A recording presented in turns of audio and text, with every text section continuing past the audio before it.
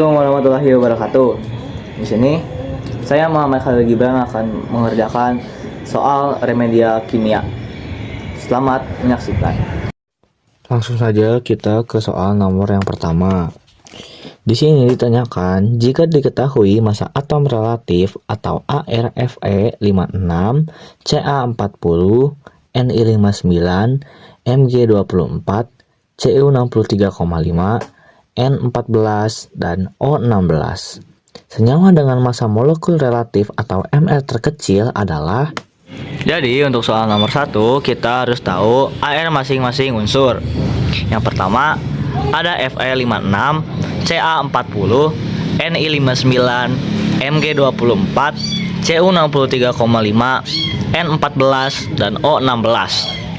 Untuk langkah yang kedua, pakai rumus senyawa dan MR atau molekul relatif. MR sama dengan ARM tambah 2 dikali ARN ditambah 2 kali 3 dikali ARO. Yang kedua ada MR sama dengan ARM tambah 2 dikali 14 tambah 6 dikali 16. Yang ketiga ada MR sama dengan ARM tambah 28 tambah 96 yang menghasilkan MR sama dengan ARM tambah 124. Selanjutnya, hitung MR untuk masing-masing pilihan A sampai E menggunakan rumus yang sudah disederhanakan. Untuk A, FeNO3 2 MR-nya ArFe tambah 124 sama dengan 56 tambah 124 yaitu 180. Yang kedua ada CuNO3 2 MR sama dengan ArCu tambah 124 sama dengan 63,5 tambah 124 menjadi 187,5. Dan untuk yang C ada CaNO3 2 sama dengan MR ArCa tambah 124 sama dengan 40 tambah 124 yaitu 164. Dan untuk D MgNO3 sama dengan MrAr Mg tambah 124 sama dengan 24 tambah 124 yaitu 148.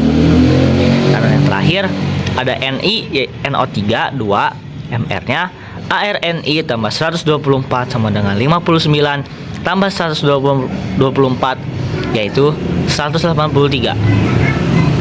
Dari kelima pilihan tadi, yang paling kecil adalah unsur MgNO3 dengan hasil yang menyatakan 148. Jadi, nilai terkecil dari hasil tersebut adalah 148 yang merupakan Mr dari senyawa MgNO32.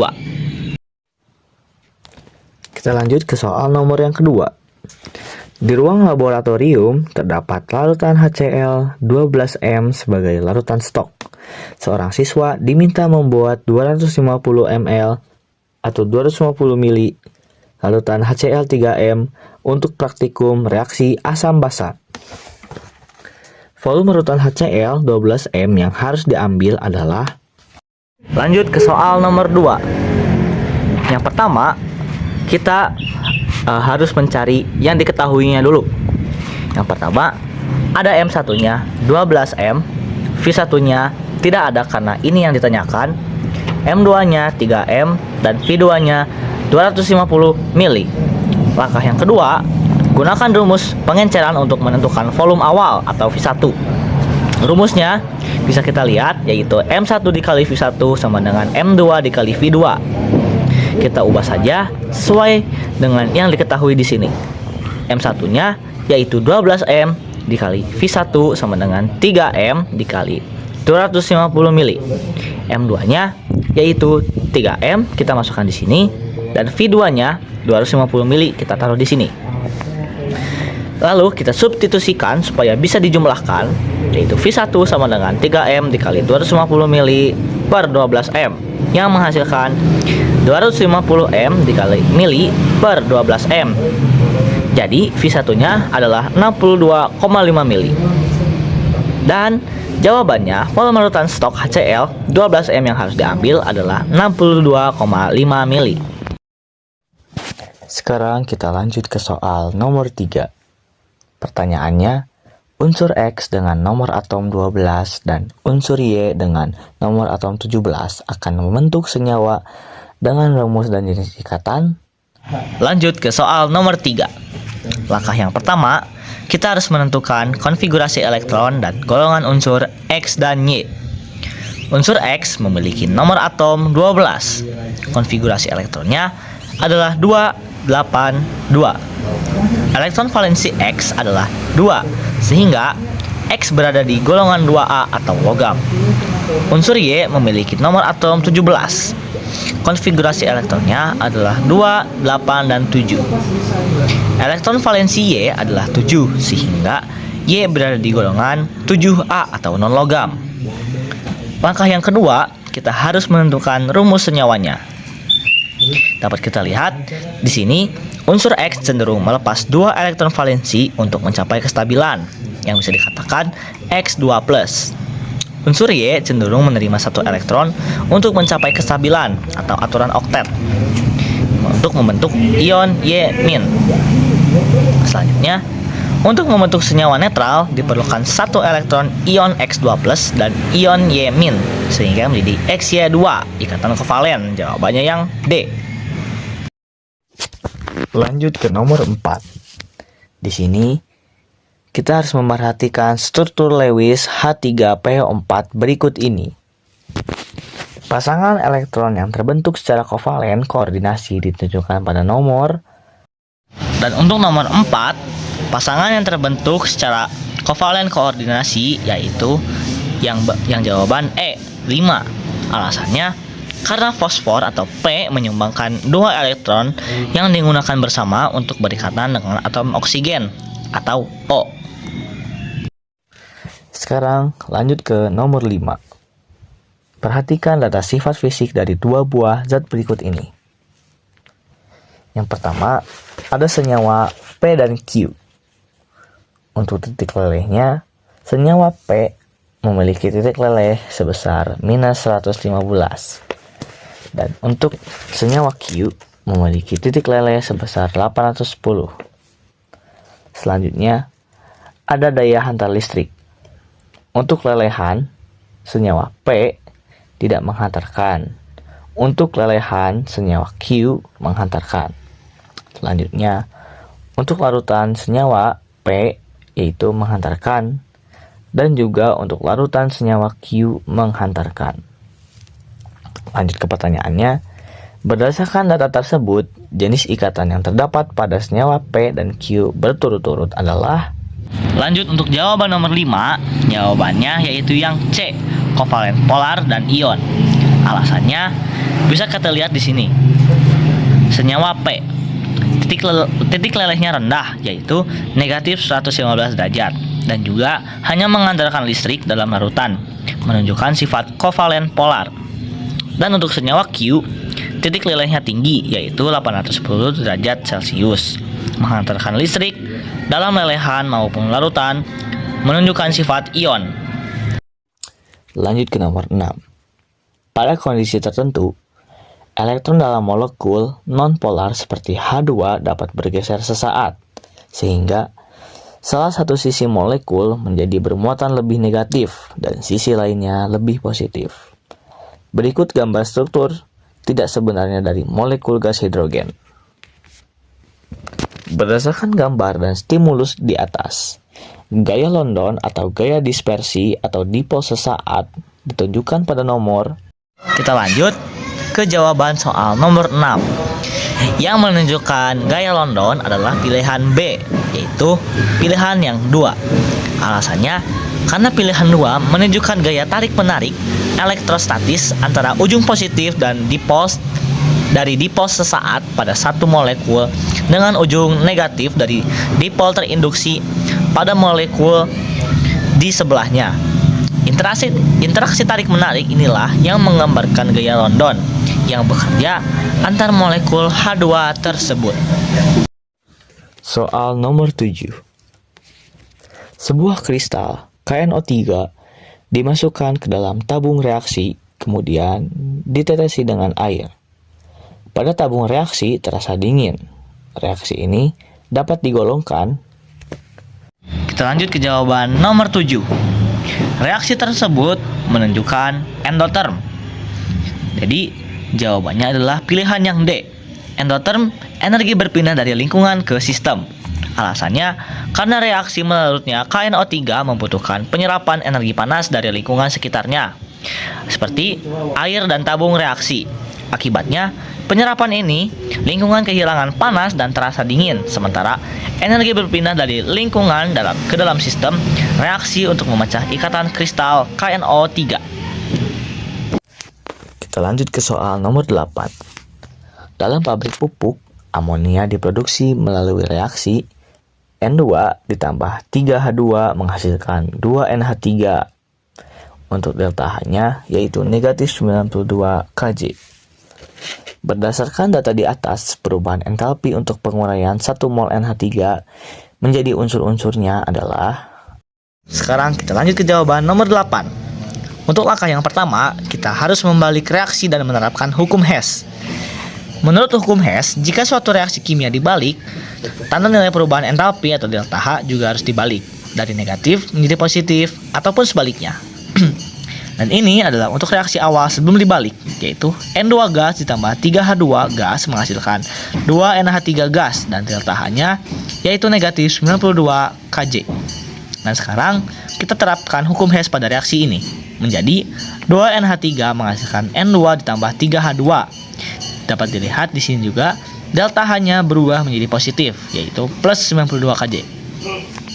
Selanjutnya, kita perlu menemukan perubahan entalpi penguraian untuk 1 mol NH3 dengan cara membagi seluruh persamaan reaksi dan nilai delta H dengan 2. Jadi, di masing-masing unsur kita bagi dengan 2. 2 NH3 gas per 2 menghasilkan, lalu 2 N2 gas per 2 ditambah 3H2 per 2.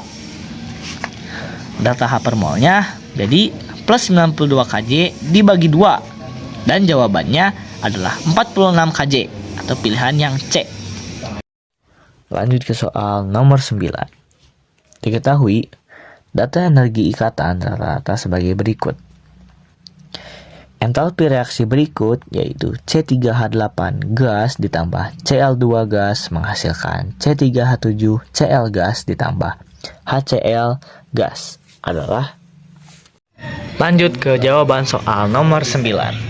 Jadi, di sini diketahui bahwa C ke C yaitu 350, H ke Cl yaitu 430, C dan H 420, Cl dan Cl 240 dan C ke Cl 330. Untuk reaksinya yaitu C3H8 gas ditambah Cl2 gas menghasilkan C3H7Cl gas ditambah HCl. Langkah yang kedua, hitung energi reaktan. Di sini dapat kita lihat bahwa reaktannya itu C3H8. Terus kita masukkan ke energi putus. Di sini kita melihat di rumus kimianya yaitu ada unsur C dan H. Berarti kita harus memakai hubungan yang ini, C dan H. Lalu di sini juga reaktannya ada Cl2. Berarti kita akan memakai yang ini 240. Artinya 420 Kj per mol ditambah 240 Kj per mol menghasilkan 660 Kj per mol untuk energi putusnya. Sekarang langkah yang ketiga, kita hitung energi produk. Di sini produknya yaitu C3H7Cl dan juga HCl. Untuk yang bagian kiri kita memakai bagian C dan Cl ditambah HCl, yaitu 330 Kj per mol ditambah 430 Kj per mol menghasilkan 760 Kj per mol. Yang terakhir, hitung entalpi reaksi atau delta H-nya. Delta H-nya rumusnya yaitu energi putus dikurangi energi terbentuk. Dapat kita lihat tadi yang reaktan atau yang terputus yaitu 660 Kj per mol, sedangkan yang terbentuk yaitu 760 Kj per mol. Tinggal kita kurangi 660 Kj per mol dikurangi 760 Kj per mol yaitu negatif 100 Kj per mol. Jadi jawabannya yang C. Berikut ini data hasil reaksi kesetimbangan pembentukan gas HI dalam wadah 1 liter. Untuk keadaan awalnya, H2 memiliki 0,2 mol, I2 memiliki 0,15 mol, dan 2HI tidak ada. Untuk bereaksi, H2 memiliki 0,1 mol, I2 memiliki 0,10 mol dan 2HL memiliki 0,2 mol. Dan untuk keadaan setimbang, H2 memiliki 0,1 mol, I2 memiliki 0,05 mol, dan 2HI memiliki 0,2 mol. Harga ketetapan kesetimbangannya atau KC adalah, dan di sini mari kita coba jawab. Sekarang kita lanjut ke jawaban nomor 10. Yang pertama, kita harus mengetahui reaksinya dulu. Ada H2 gas ditambah I2 gas menghasilkan reaksi bolak-balik 2HI gas. Yang kedua, kita harus memakai rumus KC, yaitu HI pangkat 2 per H2 dan I2. Lalu, langkah yang ketiga, tentukan konsentrasi zat pada keadaan setimbang. Konsentrasi H2 saat setimbang yaitu 0,1 m. Konsentrasi I2 saat setimbang yaitu 0,05 m. Konsentrasi HI saat setimbang yaitu 0,2 mol. Langkah yang keempat, substitusikan nilai konsentrasi setimbang ke dalam rumus KC. Rumus KC-nya sudah kita ketahui yaitu ini. Tinggal kita ganti atau substitusikan dengan konsentrasi setimbang masing-masing unsur, yaitu 0,2 m kuadrat per 0,1 m dan juga 0,05 m. Jadi jawabannya pilihan yang B. Sekarang ke nomor 11. Sebuah laboratorium sekolah hendak membuat larutan basa kuat natrium hidroksida atau NaOH. Guru menyediakan 40 gram NaOH kepada siswa untuk dibuat menjadi larutan sebanyak 500 ml. Apabila ingin menentukan konsentrasi larutan yang akan dibuat dengan ARNA 23, O16, H1, maka mRNaOH 40 gram per mol. Berapakah molaritas larutan NaOH yang dibuat? Sekarang kita lanjut ke jawaban nomor 11. Untuk langkah yang pertama, kita harus hitung jumlah mol NaOH. Di sini diketahui bahwa rumus N yaitu massa per mR. Di soalnya kita sudah mengetahui massanya yaitu 40 gram dan juga mR-nya. Jika kalian bingung dari mana saya mendapatkan 40 gram per mol ini, dapat kita lihat di sini. Di sini kita menjumlahkan masing-masing AR setiap unsur yaitu Na, O, dan H. Jadi hasilnya itu 40. Tinggal kita bagi di sini. Jadi hasilnya itu 1 mol. Yang kedua, langkah yang kedua, kita harus mengkonversi volume ke liter dengan cara seperti ini. Jadi, untuk hasil dari 500 ml menghasilkan 0,5 liter. Langkah yang ketiga, kita akan menghitung molaritas. Rumusnya yaitu N per V. Di sini kita sudah tahu bahwa N-nya yaitu 1 mol dan V-nya 0,5. Tinggal kita bagi, yaitu hasilnya 2M. Jadi jawabannya adalah yang B. Soal nomor 12. Pada suatu percobaan, 3 liter air dipanaskan sehingga suhu air naik dari 25 derajat Celcius menjadi 720 derajat Celcius. Jika diketahui massa jenis air sama dengan 1 gram per mili min 1 dan kalor jenis air sama dengan 4,2 Joule per gram Kelvin, hasil delta H reaksi pemanasan tersebut adalah. Jawaban soal nomor 12. Langkah yang pertama, kita harus menghitung massa air. Untuk menghitung massa air, kita mempunyai rumus, yaitu M sama dengan P dikali V. M sama dengan 1 gram per ml dikali 3000 mili. Hasilnya 3000 gram. Langkah yang kedua, kita harus menghitung perubahan suhu. Delta T sama dengan T akhir dan T awal. Anggaplah ini tuh suhu akhir dikurangi suhu awal, yaitu 720 derajat Celcius dikurangi 250 derajat Celcius, yaitu 470 derajat Celcius. Namun, di soal kali ini kita akan memakai satuan Kelvin. Langkah yang ketiga, kita harus menghitung energi panas. Untuk menghitungnya, kita memakai rumus M dikali C dikali delta T. M-nya yaitu 3000 tadi dikali 4,2 Joule per gram dikali 470 K Kelvin. Hasilnya 5.922.000 Joule. Langkah yang keempat, kita konversikan ke kilojoule. Delta H sama dengan 5.922.000 dibagi 1000 dan hasilnya adalah 5.922 kilojoule. Sekarang kita lanjut ke soal nomor 13. Seorang siswa melakukan percobaan pembusukan susu pada 3 kondisi. Yang pertama, susu A disimpan di suhu ruang dengan suhu 28 derajat Celcius. Susu B disimpan dalam kulkas dengan suhu 55 derajat Celcius. Susu C dipanaskan hingga 80 derajat Celcius lalu didinginkan. Jika kamu diminta mengurutkan laju reaksi pembusukan dari tercepat ke terlambat, berdasarkan data tersebut, urutan yang benar adalah, mari kita lihat jawabannya. Lanjut ke soal nomor 13.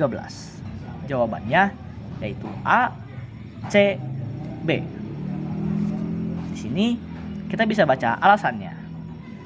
Yang A, 28 derajat Celcius paling cepat busuk karena suhu optimal untuk pertumbuhan bakteri. Yang C, dipanaskan, busuknya sedang karena pemanasan membunuh sebagian besar bakteri awal. Dan yang terakhir B, 5 derajat Celcius paling lambat busuk karena suhu dingin kulkas menghambat aktivitas bakteri. Lanjut ke soal nomor 14. Di sini disajikan tabung reaksi. Yang pertama, ada serbuk pualam ditambah HCl1M dengan suhu 20 derajat Celcius. Yang kedua, ada keping pualam ditambah HCl1M dengan suhu 20 derajat Celcius. Yang ketiga, ada serbuk pualam ditambah HCl2M dengan suhu 20 derajat Celcius. Yang keempat, ada keping pualam ditambah HCl2M dengan suhu 60 derajat Celcius. Dan yang terakhir, ada serbuk pualam ditambah HCl2M dengan suhu 60 derajat Celcius. Berdasarkan gambar percobaan di atas, reaksi yang berlangsung paling cepat terdapat pada tabung. Dan jawaban untuk nomor 14 yaitu reaksi paling cepat terjadi pada tabung 5. Alasannya yang pertama, karena luas permukaan. Menggunakan serbuk pualam memberikan luas permukaan yang lebih besar dibandingkan kepingan. Faktor yang kedua yaitu konsentrasi. Menggunakan HCl2M yang lebih pekat dibandingkan 1M. Dan faktor yang terakhir yaitu suhu. Reaksi berlangsung pada suhu 60 derajat Celcius yang lebih tinggi dibandingkan 20 derajat Celcius. Soal nomor terakhir, nomor 15. Perhatikan ilustrasi tentang ikatan hidrogen pada air. Air H2O memiliki beberapa sifat fisik unik yang berbeda dari banyak senyawa lain dengan massa molekul yang sebanding. Beberapa sifat penting yang diamati. Yang pertama, air mendidih pada suhu 100 derajat Celcius, sedangkan H2S mendidih pada suhu negatif 60 derajat Celcius. Yang kedua, es mengapung di atas air karena kepadatan es lebih rendah dibandingkan air cair. Yang ketiga, air memiliki tegangan permukaan yang tinggi, sehingga mampu membentuk tetesan bulat dan memungkinkan serangga kecil berjalan di atasnya. Berdasarkan stimulus di atas, pernyataan yang benar mengenai ikatan hidrogen dalam air adalah. Dan untuk nomor terakhir, nomor 15, jawabannya adalah yang C. Ikatan hidrogen memperkuat kohesi antar molekul air sehingga tegangan permukaan air menjadi tinggi. Sekian, terima kasih. Mungkin cukup sekian pengerjaan soal dari saya. Terima kasih untuk yang sudah mendengarkan. Semoga ilmunya bisa bermanfaat. Wassalamualaikum warahmatullahi wabarakatuh.